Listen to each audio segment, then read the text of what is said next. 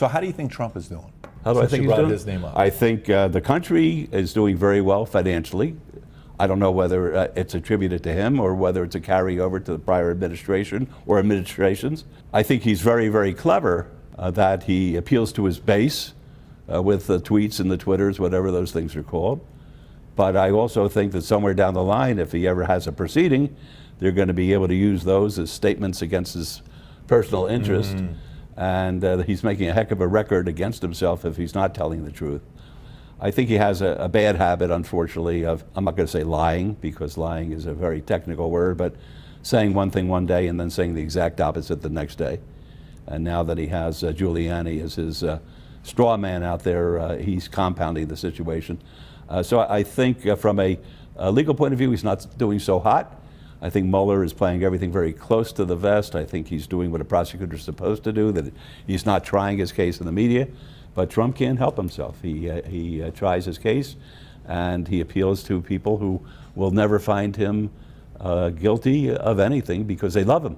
But on the other hand, I'm not sure he's helping himself. You also had a falling out with Obama back in, this is like financial crisis time right now. And I know about 10 years ago he made a comment about Vegas, said, hey. Sure did, made two comments. Made two comments, yeah, Yes. and you were upset about that. So Upset? I mean, it was. I was outraged. It was national news. So I was outraged. What happened there? All right. Why were you outraged? Here, I'm sitting as the chairman of the convention authority, conducting a meeting, and somebody comes up to me, they said, did you hear what the president said? I said, what are you talking about? He said that people should not fly their private planes to the Super Bowl and shouldn't go out to Las Vegas and gamble their money. I said, nah, the president wouldn't say something like that. That's like saying, don't eat oranges in Florida, or don't buy cars in Detroit, same thing. I said, nah, he couldn't have said that. So at the end of the meeting, I said, did anybody hear that some high-ranking official said something about Las Vegas? Nobody raised their hand. Then afterwards, some reporter comes up to me and said it was the president, and he said that. I said, he owes us an apology. Well, you know, people took affront at that. How can this mayor say that the president owes a city an apology? I said, I said it, but I'll back off if you don't like the word apology.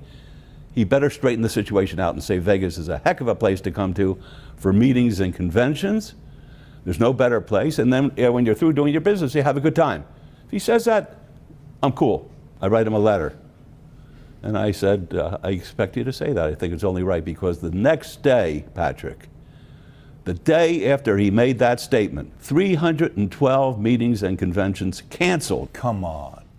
I don't lie, okay? 312 meetings and conventions canceled the next day, coming to Las Vegas. A major convention paid $600,000 to get out of their contractual obligation and went to San Francisco. Now, I love San Francisco. You know, they have a nice bridge. You can't see it because of the fog, but it's a nice bridge. But the prices there are way higher 3X. than here. 3X is good. I mean, as far as a convention location, we have 155,000 rooms. No place is further than 15 minutes away from the airport. It's a perfect spot. But they paid to get out of it, and they went up there. So I don't hear anything. And I'm boiling. I'm steaming. He makes another statement to a high school group. Same thing. People should not spend their money in Las Vegas at the expense of paying their children's college tuition. Now, what's wrong with that, though? You know, to his defense. Well, who has to hear from this guy about Las Vegas? He's the president. The economy is bad. He's telling you to save money instead of going to Vegas. But he's pointing at Las Vegas. To his defense. Oh, I'm not going to defend him. The guy, he hurt our town. And I'm the mayor, and I'm protecting our town. It's that simple, okay? I don't care whether he's right or wrong. He hurt my town. How long did you feel it?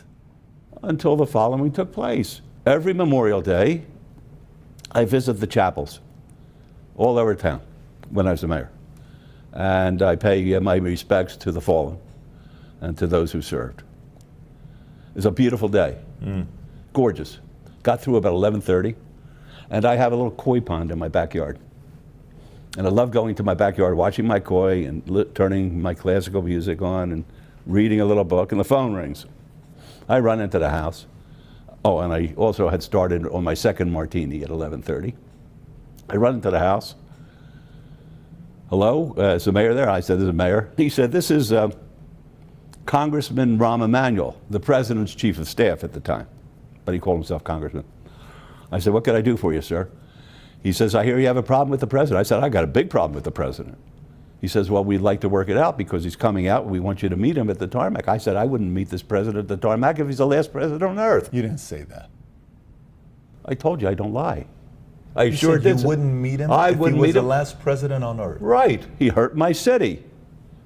So he says, I think we could probably rectify the situation. I said, I asked for that a long time ago. I said, what do you suggest? I suggest when he comes out, he tells the people that Vegas is a great place to do business and a great place to have fun. He'll do that for you. I said, he does that for me, I'll meet him at the tarmac. So he comes, you know the way he walks. Comes bouncing off the plane. And, oh, you're the wise guy mayor, he says. That's the first remark to me. I said, I don't think I'm a wise guy. He says, well, they say you have a lot of fancy suits. I'm not sure that makes you into a wise guy. Maybe a mob guy, but not a wise guy. He says, I hear you're angry at me. I said, I'm boiling. He says, well, I think I'll straighten it out. I said, no, you better not think you're straightening it out. You better straighten it out because I'm out here meeting you based on the premise that you're straightening it out. He didn't straighten it out. He didn't straighten it out. So I had it with him. And I said to my wife when she became the mayor, I said, you're going to meet this guy at the airport? She says, I'm not you. He's the President of the United States. He's coming to my town. It's only right that I meet the President of the United States. I said, you do what you have to do, I do what I have to do. So we don't agree on that one point.